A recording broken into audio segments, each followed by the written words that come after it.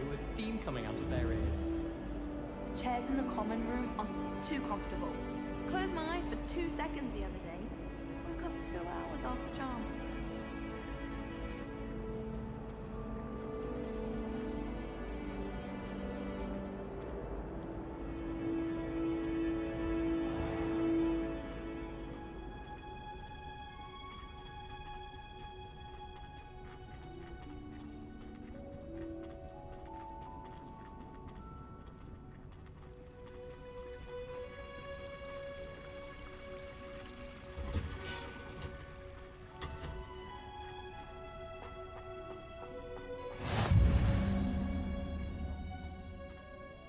Conjures onion again.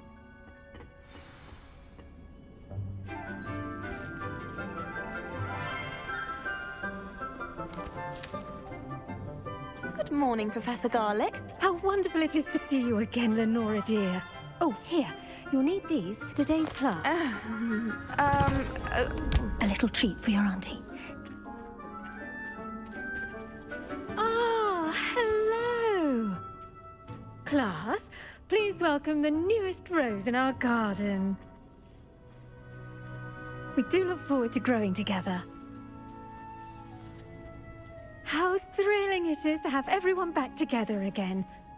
This year will be filled with enchantment and excitement, but the most important thing cultivated in herbology is knowledge. The prudent herbologist is no more afraid of the venomous tentacula than the bouncing bulb. Now then, today we will be acquainting ourselves with the mellifluous tuber known as the mandrake root. Accio. Let's see if we can't make our fibrous friends a bit more comfortable, shall we? First, let's protect our ears.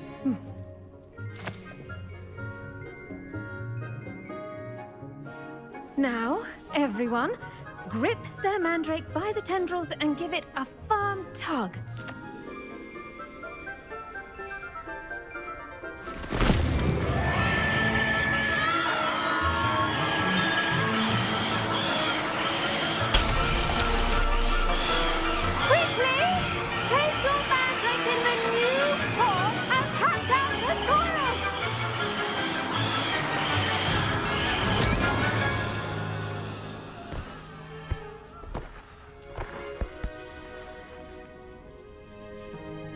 The soil should envelop the root like a warm, dirty blanket, putting the mandrake right at ease. Reparo! I'm very sorry about that. Yours was a bit mature, I'm afraid. All right then, off you go. Splendid work, everyone! Now, for our next task, we'll be planting dittany at our potting tables. You can all get started. I wonder if hippogriffs like knotgrass. Yes, Professor. Firstly, well done with your mandrake. They can be rather difficult to get a grasp of. I'll say, nearly went deaf. Well, yes. Of course, the cry of a mature mandragora can be fatal, so remember to keep those ears protected. Now, as I mentioned, next we'll be planting dittany. Let us find you some seeds. I already have some, Professor. Picked them up in Hogsmeade. You visited the Magic Neep. Wonderful. A prepared student is bound to bloom. I've arranged for you to have your own potting table here in the classroom. Wasn't easy to spare one on such late notice. Plant the seeds there now, and you can return to harvest them later. Even with soil, sunlight, and a bit of magic, they will take time to grow. Let's see how to balance my star thistle arrangement. Niffler's fancy or roses? Dittany's restorative properties make it a vital ingredient in the Wiggenweld potion, as you all should know from Professor Sharp's class.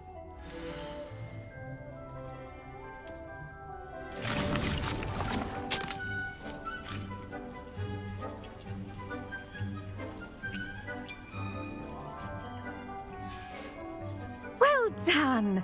Once it can be harvested, your Dittany will be ready to use in Wiggenweld potion. I'll let Professor Sharp tell you about that.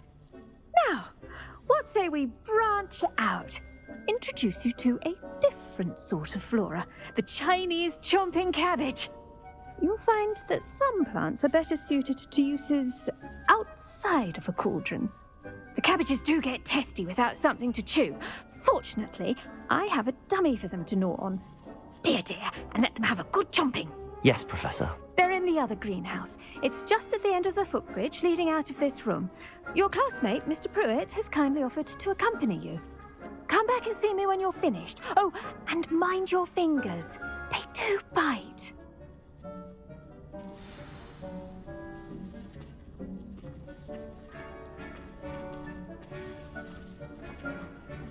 Hello. Saw you on your way to Hogsmeade the other day. Nice to meet you. I'm Leander. I'll be showing you the Chinese chomping cabbages. Up these stairs will take us there, but your lead. Nice work in Defense Against the Dark Arts, by the way. Excuse me? Your duel with Sebastian! And he's good. Thinks he's really good. But you outright slaughtered him. It was brilliant. Oh. Well, thank you. I nearly put Sebastian in his place myself. I mean, I would have, if Hecate hadn't stopped me. Didn't she stop that dragon skull from crushing you? Typical Slytherin trick, dropping a dragon skull on someone during a fight. We Gryffindors fight with honor. You know that, of course.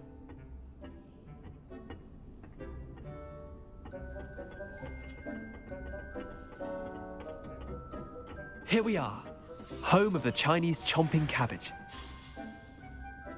Go on. Now, see that dummy? Just toss the cabbages at it, and they'll do the rest.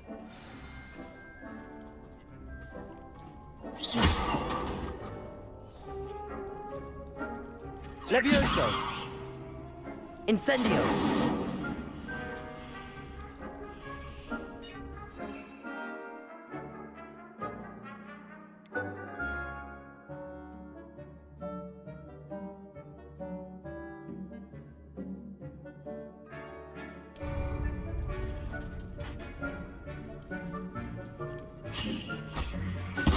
Look at that. They'll chomp on anything they can get their mouths on. Mum planted some in her garden last year to keep the gnomes out. Did save her the de-gnoming, but they left her honking daffodils in tatters. Vicious little bastards, aren't they? My kind of plants. Not like stupid booba tubers and bouncing bulbs. The kind of plants that'd have your back in a fight. Not saying you can't go it alone, but, well, imagine that wasn't a dummy. I suppose they could prove useful outside of the greenhouse. Nothing wrong with a bit of backup, even if it is from a cabbage. It's chaos out there. Trolls in Hogsmeade and such. You can't be above throwing a cruciferous vegetable if necessary. Dogweed and deathcap has more of them, if you're keen. Other plants too. Ones your parents wouldn't plant in the garden. You get the idea. Anyway, we probably ought to head back to class. Take your time. I'll see you back in class.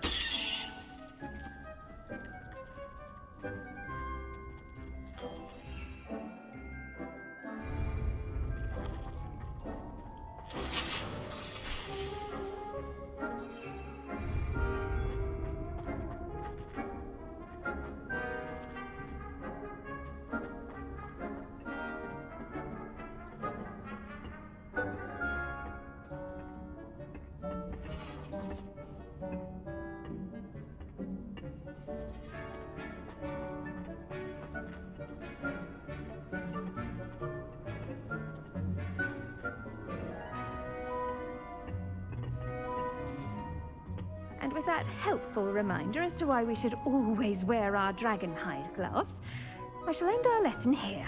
Terribly sorry, Mr. Clopton. I tended to the Chinese chomping cabbages, Professor. Remarkable plants, aren't they? I hope they weren't too much trouble. Oh, don't see any bite marks or missing digits. And good, as you do seem to be quite green-fingered. Oh, I'm eager to see your skill in the soil continue to blossom.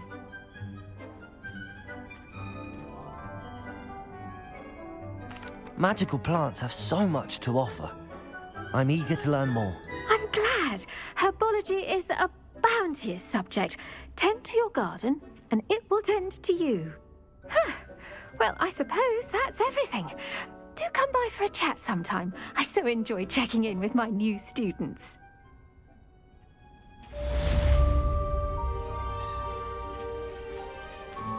But those mandrakes really relishing their new pods only cost me my damned hearing. To make anything grow, we must first understand it. That goes for plants as well as friendships. Kindness and concern are as necessary in the greenhouse